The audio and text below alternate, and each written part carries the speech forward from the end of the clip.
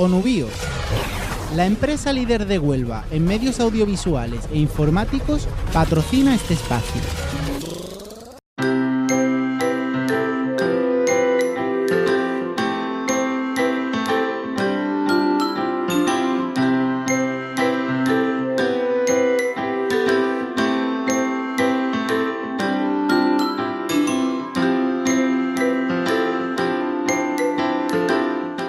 Bueno, pues vamos a continuar con la segunda ponencia que tenemos esta tarde. A continuación, pues hablará José Antonio Libanacheca. José Antonio es doctor en psicología, es profesor del Departamento de Psicología Evolutiva y de Educación, vicedecano de investigación, coordinador del programa de doctorado. Forma parte del grupo de investigación Desarrollo Infantil y Adolescente, Factores de Riesgo. Dentro de sus líneas de investigación, ámbitos de interés, encontramos el desarrollo infantil en contexto de riesgo, desarrollo infantil y sociedad de consumo, la publicidad, causas y consecuencias del acogimiento familiar, la discapacidad y la familia. Participa, además, en proyectos de cooperación al desarrollo, como el campamento saharaui de Tinduf, en Argelia, y en Ucrania, concretamente en orfanatos. Coordina las jornadas de infancia y sociedad contemporánea y, bueno, y es compañero del Consejo Independiente de Protección de la Infancia. Bueno, hoy José Antonio nos va a hablar, o el título mejor dicho de su ponencia es Efectos y consecuencias de la publicidad sobre la infancia. Muchas gracias. Muchas gracias, en primer lugar, a la organización por haber contado conmigo para que esté aquí con vosotros. Agradecer a las dos personas que están aquí con nosotros, que son los sufridores de este trabajo. Van de un lado a otro, mañana estarán en Madrid, después no se sabe dónde. O sea, algo que puede parecer muy atractivo en este mundo tan cambiante, de tanto movimiento. Yo creo que eso lleva un cansancio y un desgaste grande. También agradecer al profesor Cristian Alexis Sánchez Núñez, que si no hubiera sido por este congreso, pues no se hubiera celebrado aquí en esta facultad. Gracias por su trabajo y por su insistencia en que estuviéramos aquí. Bien, voy a empezar con una pregunta que ya algunos de vosotros me habéis hecho, y es que en un congreso sobre pobreza infantil, ¿cómo hablar de publicidad? Bueno, yo quiero convenceros que la publicidad hay que trabajarla, si se quiere trabajar y se quiere pues frenar el tema de la pobreza. Esto fue una idea que comenzamos a trabajar hace ya 8 o 10 años, un grupo de compañeros aquí en la facultad. Estábamos muy interesados en ver cómo podíamos trabajar en la infancia, cómo podíamos ayudar con nuestras investigaciones a mejorar la calidad de vida, a frenar la desigualdad, y se nos ocurrió que podía ser trabajar la publicidad. Entre ese grupo de compañeros que podían haber estado aquí sentados en vez de estar yo, destacar al profesor Santiago Real, que ha trabajado conmigo codo a codo en este tipo de trabajo. Os queremos convencer de que la publicidad hay que trabajarla, porque os estaréis pensando, bueno, pues seguramente nos va a plantear publicidad, anuncios donde se refleja la desigualdad. Pues no. A lo mejor estáis planteando, pues mira, nos va a trabajar o va a hacer una presentación sobre la empresa que está haciendo en este mundo tan desigual para que esto vaya caminando como va caminando. Pues tampoco va por ahí la línea de trabajo. Nuestra línea de trabajo va más en la dirección de que veáis que el marketing, la publicidad, es una herramienta importante, poderosa, que va grabando mensajes, y que esos mensajes tienen un efecto y tienen una consecuencia. Y esa consecuencia va muy directamente relacionada con determinados acontecimientos que están ocurriendo. después de la, para mí, brillante conferencia del profesor Carlos Rontomé sobre la pobreza en Ceuta, qué análisis tan preciso ha hecho sobre unos datos tan precisos, esta conferencia va más sobre una herramienta que hay que tener en cuenta si se quiere erradicar la desigualdad. ¿Qué nos llevó a nosotros a pensar que había que trabajar este tipo de herramientas? Pues nosotros nos basamos en una serie de trabajos que venían de la sociología, que venían de la economía, que venían de la antropología, que venían de la psicología. Y uno de los referentes para nosotros era Eduardo Galeano. Galeano define en su libro, ahí lo tenéis, Patas arriba, la escuela del mundo al revés, lo que él llama pobreza. Y esas pobrezas, según Galeano, dice pobres, lo que se dicen pobres son los que no tienen tiempo para perder tiempo.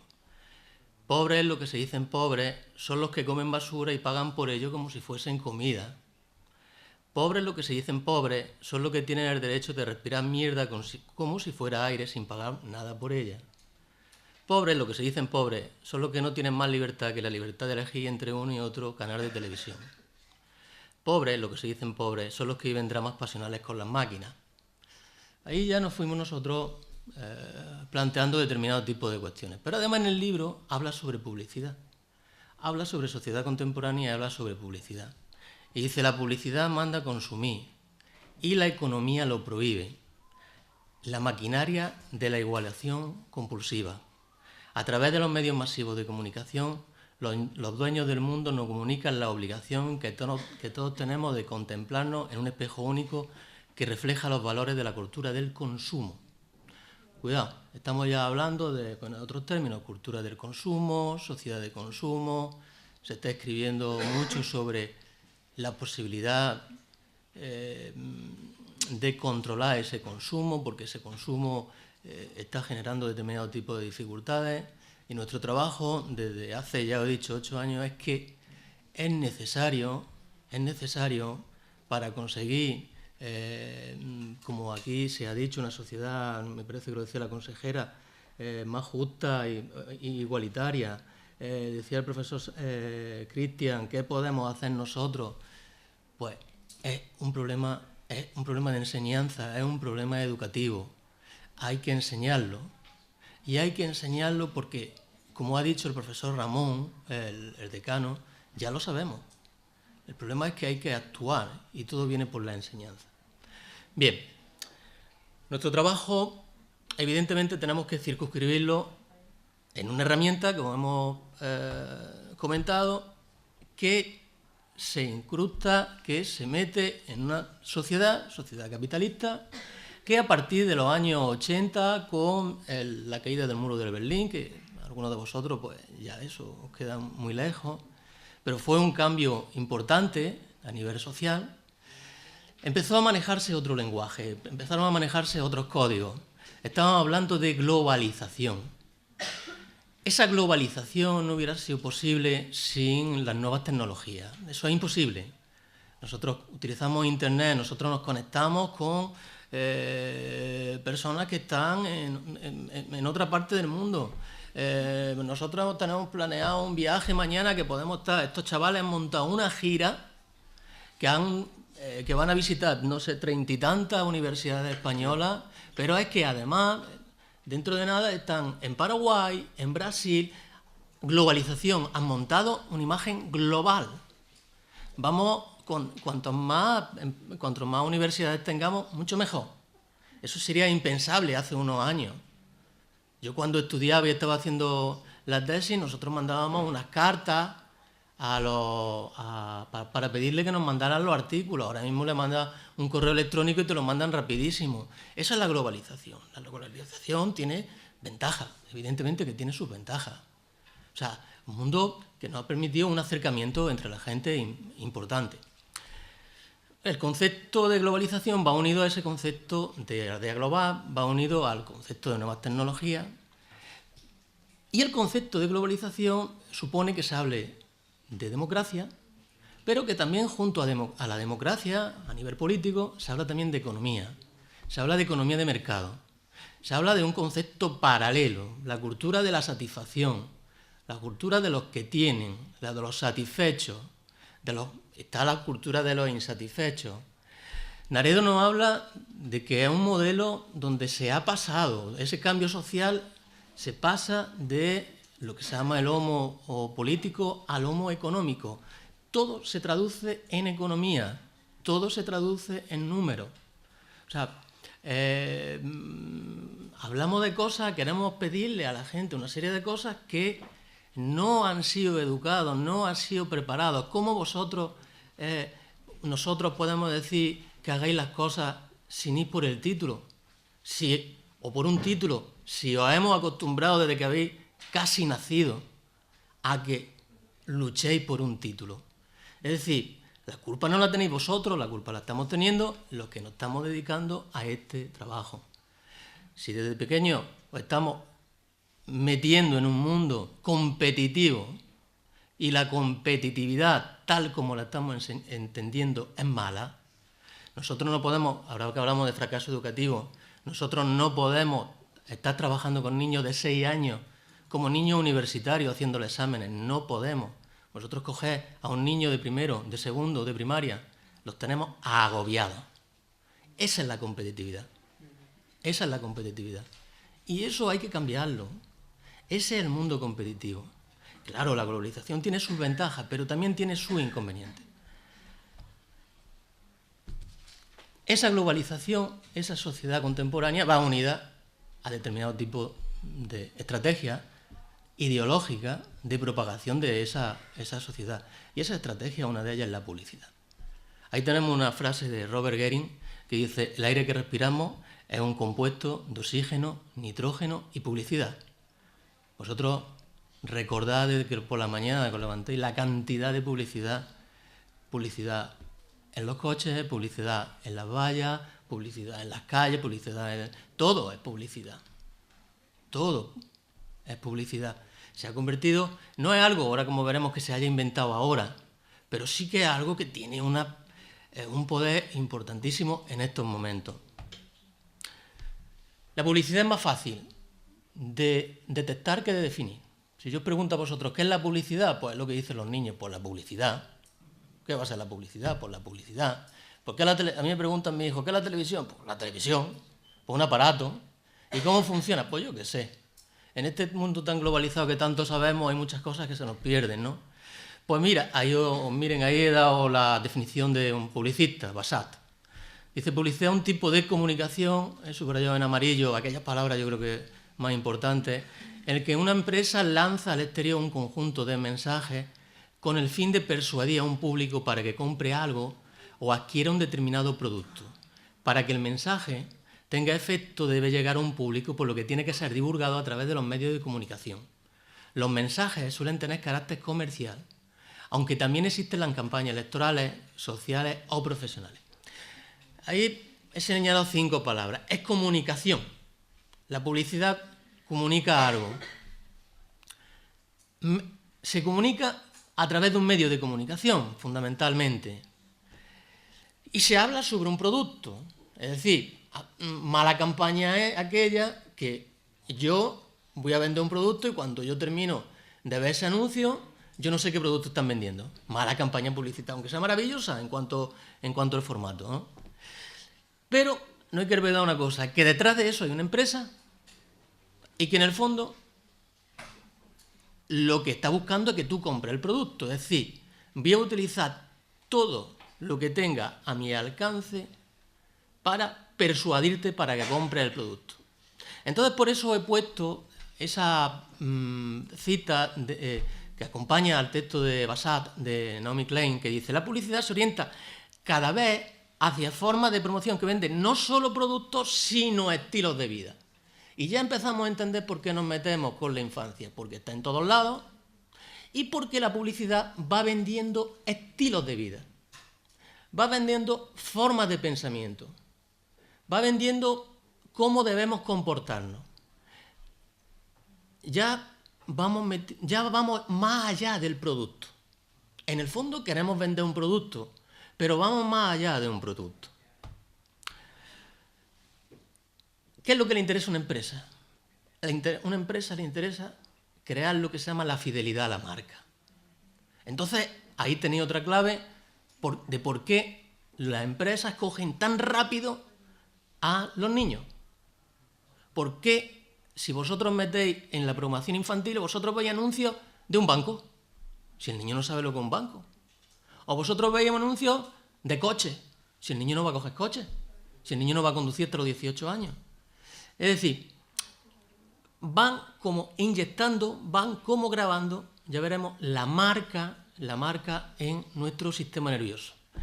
Características, algunas de las características, es rápida, la fugacidad. Es rápida, todo cambia, estamos en un mundo cambiante. Otra característica, el poder que tiene la publicidad. Está entrando en el proceso de socialización del individuo. Y por último, la versatilidad. Es decir, utiliza todos los conocimientos que dispone para crear el anuncio. Se basa en los estudios que se han hecho de psicología del desarrollo, de antropología, de economía, en todo, de neurociencia. Neurociencia, por ejemplo, el neuromarketing, que está tan de moda, todo lo que tiene que ver con la neurociencia que gusta tanto. Yo le enseño a mis alumnos cómo está el cerebro cuando una persona sufre maltrato y cuando no sufre maltrato y le gusta tanto. También se trabaja en publicidad el neuromarketing. Por ejemplo, había puesto un caso ahí, un caso de compañeros de la Universidad de Iowa, Connie y Tranel, que descubrieron que la Coca-Cola, que es, evidentemente cuando hablamos de Coca-Cola, estamos hablando de la bebida de cola que más se vende. Sin embargo, cuando la persona no conoce la marca, es decir, se le ponen 2 refrescos de cola, una a la Coca-Cola y otra a la Pepsi, no es la preferida la Coca-Cola. ¿Por qué? Porque cuando se ve la Coca-Cola se activa un centro nervioso determinado y cuando no se está viendo se activa otro centro nervioso. Mira dónde estamos llegando a la hora de trabajar lo que es la neurociencia. O, por ejemplo, en una sala tomográfica se está estudiando el efecto que tiene el precio de venta de un producto y se está viendo qué zonas cerebrales se van activando. Por ahí vamos, en neurociencia, por ahí se va. Si vosotros veis ahí en esa gráfica, veis cómo hay una parte del sistema nervioso, se llama el sistema límbico, que está relacionado con todo lo que tiene que ver los refuerzos, las recompensas, los castigos, y son donde se procesa la información. Bien, se está trabajando mucho en esta línea. La Universidad de Granada tiene un grupo de trabajo de la Facultad de Economía que trabaja con la Universidad de Sevilla en tema de neuromarketing, y están trabajando este tipo de conductas. Junto con eso tenemos estudios culturales. Por ejemplo, ahí veis marketing adaptado, cómo los logos son diferentes en diferentes países, cómo los formatos de la botella son diferentes en diferentes países. ¿Por qué? Porque se va recogiendo todo. O sea, la globalización va montando un ser humano uniforme, pero a la vez va generando productos diversos. Es decir, un poco contraste. Vosotros veis los formatos como el Burger King se publicita de una determinada manera y en Australia se publicita de otra manera, etcétera, ¿no? Lo último que sabemos, el que hemos leído sobre neurociencia, bueno, pues que estamos sometidos a una inmensidad de marcas tremenda, 10.000 se habla. Que esas marcas, hay muchas marcas que vosotros, si yo os pregunto a vosotros cuántas marcas habéis visto hoy, seguramente que muchos de vosotros, yo no me he dado cuenta, pero esas marcas las habéis visto, esos logos los habéis estado viendo, y esos logos se graban en el cerebro. Son logos, son marcas que tienen un efecto inconsciente. Esa grabación de esa marca lo que hace es que cuando tú posteriormente veas el logo, ese logo que tú es inconsciente, eso se activa. Y al activarse, cuando tú vas a un supermercado o cuando tú vas a comprar ese producto, tú a ese producto es más fácil que lo veas como bueno. Entonces hay un error que se llama error fundamental de atribución, que es aquellos que dicen, no, yo compro un producto porque es bueno, porque yo me baso en las calidades de este producto, y nos dicen mal no. Tú compras un producto porque ese producto está metido en tu cabeza como que es bueno. ¿Veis la diferencia que hay entre una cosa y otra? Bien, la publicidad no siempre ha sido así, los formatos han ido cambiando, se conoce publicidad hace mucho tiempo. Ahora, actualmente, tenemos una publicidad mucho más digital, ya tenemos la publicidad en los móviles.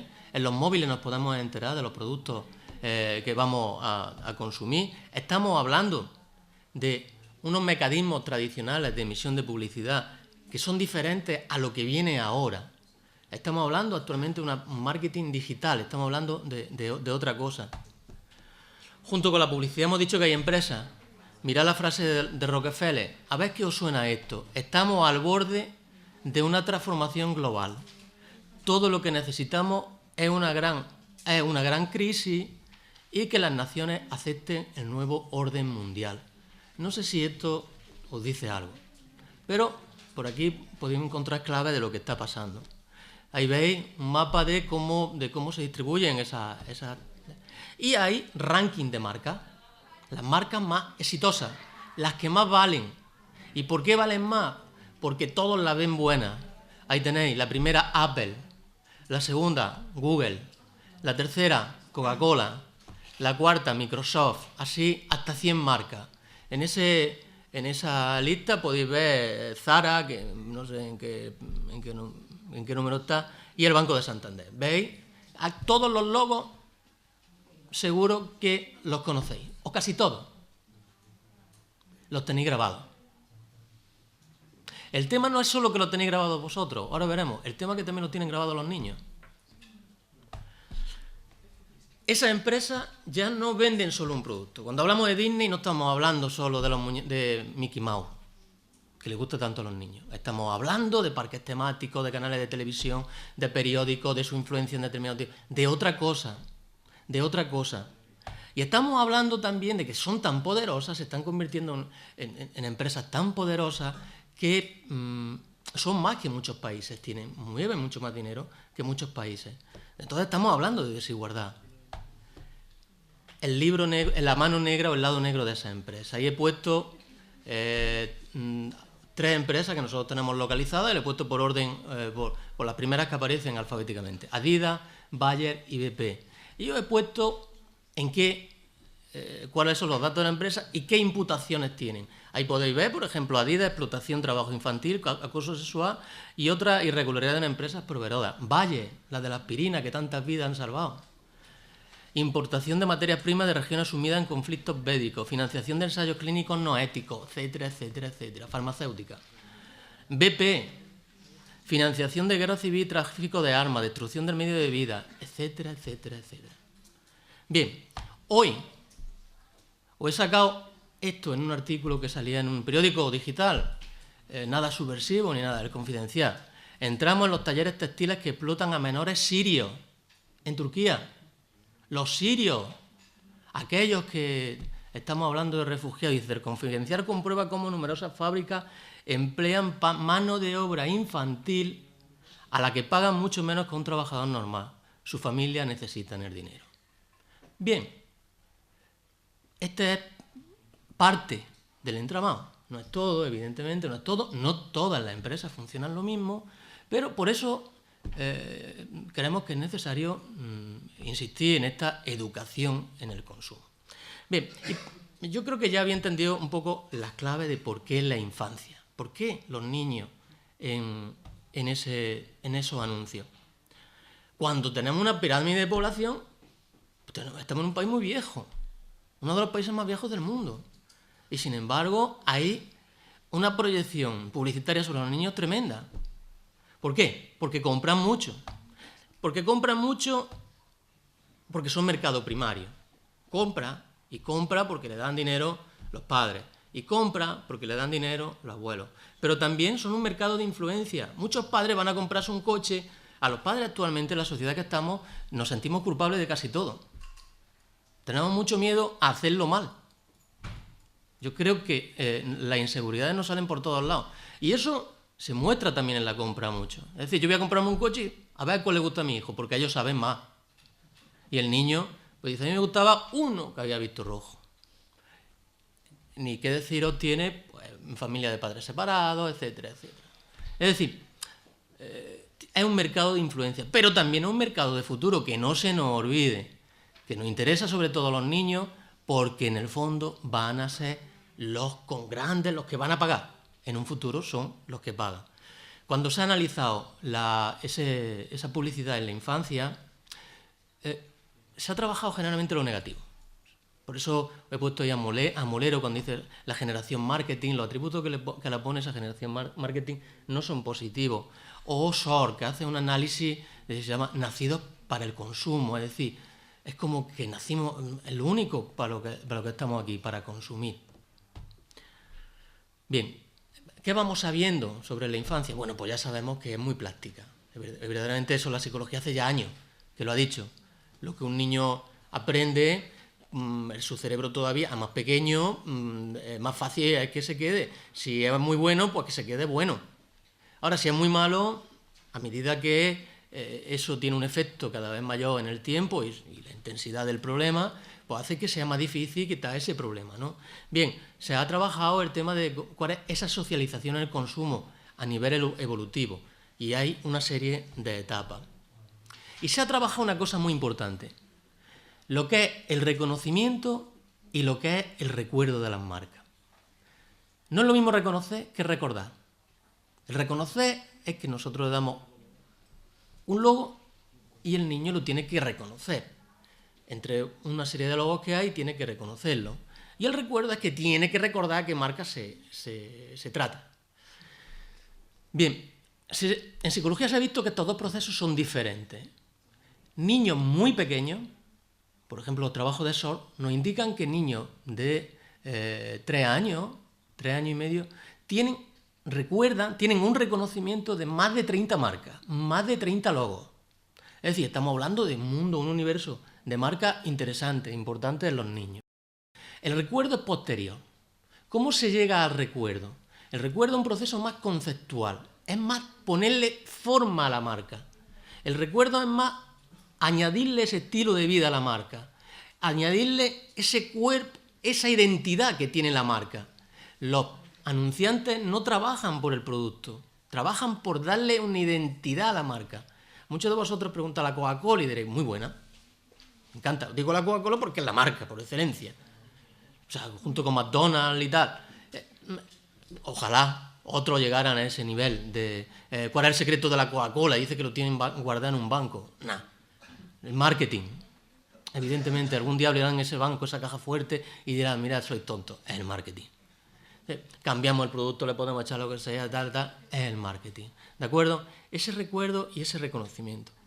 Esto nos llevó a nosotros a hacer una serie de trabajos con los que queremos terminar esta ponencia sobre recuerdo. Os vamos a presentar dos tipos de trabajo. Un trabajo que hicimos con niños de 5 años, 5 o 6 años de aquí de la ciudad de Ceuta, donde presentamos logos y los niños tenían que recordar la marca. Entonces ahí os ponemos una muestra de uno de los logos que presentábamos, McDonald's. Presentamos otra muestra de otro de los logos, la 11. Y aquí algunos de los resultados. Los logos recordados por más del 50% de los menores. Si vosotros veis las tablas, vosotros veréis que os he dicho que los trabajos nos decían que a partir de los 4 años empezaban el tema del recuerdo. Lo que nosotros encontramos en nuestro trabajo aquí en Ceuta es que niños de 5 años, donde se le presentaban 39 tarjetas, 39 logos, ya tenían un recuerdo importante de marca. Niños muy pequeños. En otros entornos llegan a una edad más tardía a este número de marcas. Aquí, sin embargo, en el tiempo en que nosotros lo hicimos, tuvimos unos resultados muy altos. Ahí tenéis McDonald's. McDonald's era reconocido por casi el 90% de los niños. Nintendo, Disney. Pero una cosa interesante que vimos es que junto a eso le pedíamos a los niños que valoraran las marcas. Es decir, no solo que las recordaran, sino que las valoraran y nos dijeran si la marca era buena, regular o mala. Y mirad, la mayoría que recordaban esa marca la etiquetaban como buena. Es decir, cuando el niño reconocía la marca, pues no sé, Orange, pues un 75%, bueno, es muy pequeña, ¿vale? McDonald's, pues McDonald's un 93% dicen que es buena, pero SEAT, ¿qué sabe un niño de un SEAT? Reconoce, recuerda, pero ¿sabe lo que es un SEAT? ¿Sabe que es un coche? No lo sé, a lo mejor sabe que es un coche, pero además sabe que es bueno. Bueno, pues eso sí que están consiguiendo las marcas, que las marcas que se recuerdan, un niño no tiene estrategia a nivel... Lo que te dicen en la tele tienen razón para ser mentira. ¿Qué sabemos del desarrollo moral de un niño pequeño? Que lo que dicen los adultos es lo que es. ¿Por qué? Pues porque lo dicen los adultos. Un niño cuando está viendo la televisión no se lo cuestiona. Entonces, como en la televisión están poniéndome, o donde yo lo veo, o mis padres, o donde sea, me están poniendo este tipo de información, pues yo creo que esto es bueno. O sea, este coche es bueno. Entonces, ya en ese grabar la información en la cabeza del niño, ya no están diciendo que la están grabando como buena. En otro tipo de trabajo lo hicimos con adolescentes y pasamos un cuestionario de marca. También trabajábamos el recuerdo. Aquí ya vimos una cosa, aquí ya tuvimos que hacer una categorización de los productos, es decir, había una serie de productos, de categoría de productos que eran los que más se veían, los que más se recordaban. Y dentro de esa categoría de productos estaban los automóviles, la ropa y los móviles. Esos eran los productos más recordados. Había una jerarquía dentro de los productos. Había como otras categorías medias. Y dentro de esas categorías medias teníamos la alimentación, las bebidas y los productos tecnológicos. Y curiosamente, había aquellas categorías que menos se recordaban. Y eran con las que ellos más manejaban en su diario. El material escolar, los editoriales y los juguetes. Curiosamente, no recordaban apenas esos logos. Se recordaba más el tema de la ropa, el tema de los coches, el tema de tal. Y sin embargo, con lo que se escribe, con lo que tal, no recuerdan. Tienen las marcas y no lo recuerdan. Bien. También trabajamos el mundo de los eslóganes. Los eslóganes vosotros sabéis que son los mensajes que se dan. Evidentemente, en esta sociedad en que estamos, donde todo se va acortando, el eslogan cada vez más pequeño.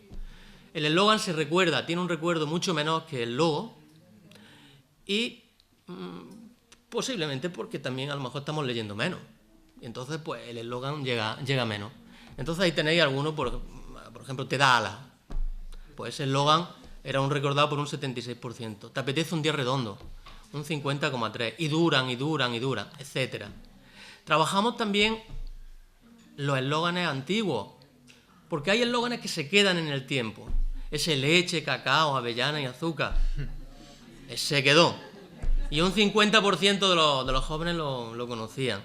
Ese repetimos, un 30%. Es decir, ya la marca había conseguido una cosa, no solo que recordara el eslogan al paso del tiempo, sino que recordara el logo, sino que recordara el eslogan.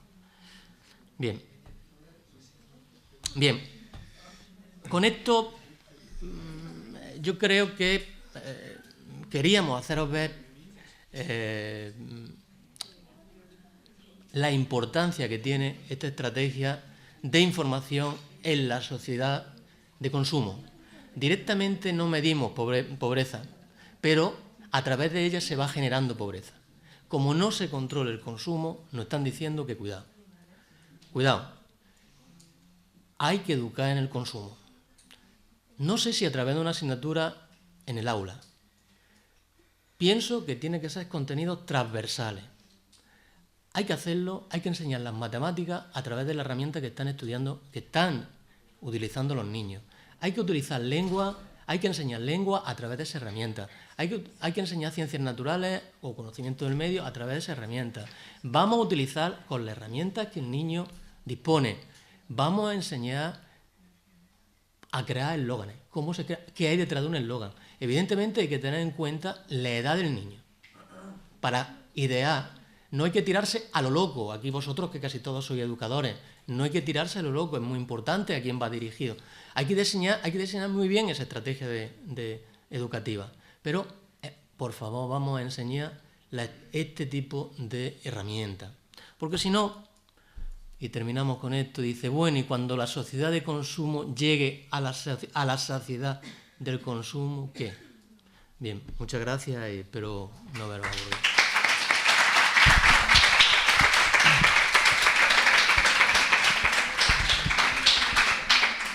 Bueno, José Antonio,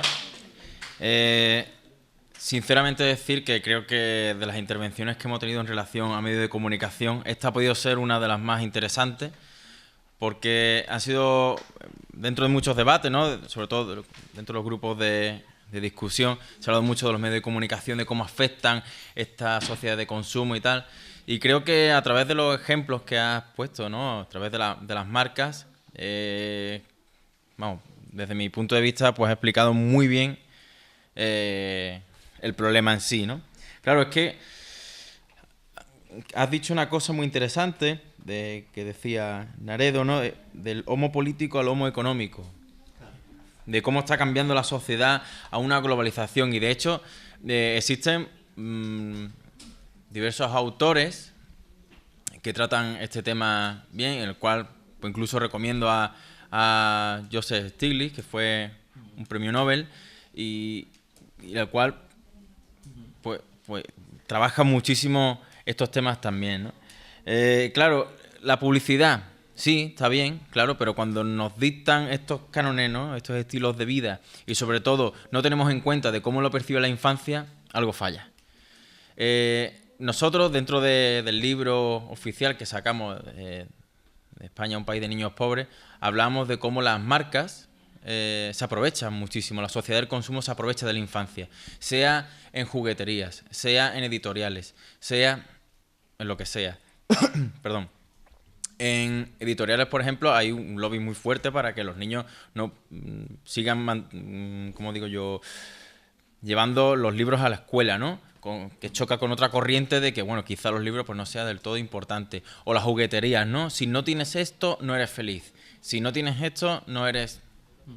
Entonces creo que has planteado un tema bastante serio y de hecho son muchísimas las experiencias de diversas entidades sociales de este país que recogen y tienen decálogos y manifiestos en relación a los medios de comunicación, cómo se tienen que comportar respetando la Convención de los Derechos del Niño y cómo una y otra vez se lo saltan. Se lo saltan. De hecho, encontramos el caso en concreto de por ejemplo, sin ánimo de posicionarme, sino me vale como ejemplo, hemos tratado también el tema de cómo las corridas de toros también están dentro de los espacios infantiles que ven algo en la televisión, en horario infantil, ¿no? Claro, esto es denunciado por diversos colectivos y es cierto, ¿no? ¿Hasta qué punto, independientemente si nos gusta más o menos la tauromaquia, hasta qué punto hay que permitirlo todo, ¿no? Y he puesto el ejemplo de la tauromaquia porque es un ejemplo muy, muy gráfico, pero también programas de televisión que se pegan todo el día discutiendo, que nada más que sueltan improperios, que te enseñan a defenderse las personas desde personas, por calificarlo de personas. Entonces, bueno, yo no tengo nada en contra de esos programas, pero sí tengo en contra que lo pongan en determinadas horas, cuando los niños están haciendo tareas en casa, cuando los niños están en casa. Entonces, creo que has dado una cuestión bastante importante y creo que los gobiernos son muy responsables de esto que has planteado, de cómo se absorben esas marcas, de la agresividad que hay dentro de esta globalización. Una perspectiva que también quisiera incorporar es el tema del género, el tema del sexo. Es decir, vemos todavía numerosos folletos, por ejemplo en Navidad, de juguetes en los cuales sigue habiendo una división impresionante entre niños y niñas. Después el consumo, ¿no? Esta colonia es para el hombre, no sé qué. Creo que había un ejemplo por ahí que ponía lo mejor para el hombre, o no sé. Entonces, bueno, el tema sexista, el tema de género, pues esto también es violencia. Yo lo califico como violencia. Y los vemos todos los días en las marquesinas de los autobuses, los vemos todos los días en diferentes sitios. Y no se hace nada, oye. No se hace nada. Entonces yo no sé hasta qué punto... Los anuncios tienen un marcado contenido sexual importante. Casi toda la publicidad actualmente tiene un contenido sexual muy importante. Es decir, una sociedad que es otro de la estrategia que se utiliza el sexo, además muy presente en la publicidad. muy presente. Bueno, pues no sé si a alguien en la sala le gustaría aportar alguna reflexión, alguna cuestión. Bueno, yo creo que el profesor José Antonio, la verdad que ha explicado muy bien todo y nos vamos con ambas ponencias, nos sentimos bastante. Vamos, que muchísimas gracias.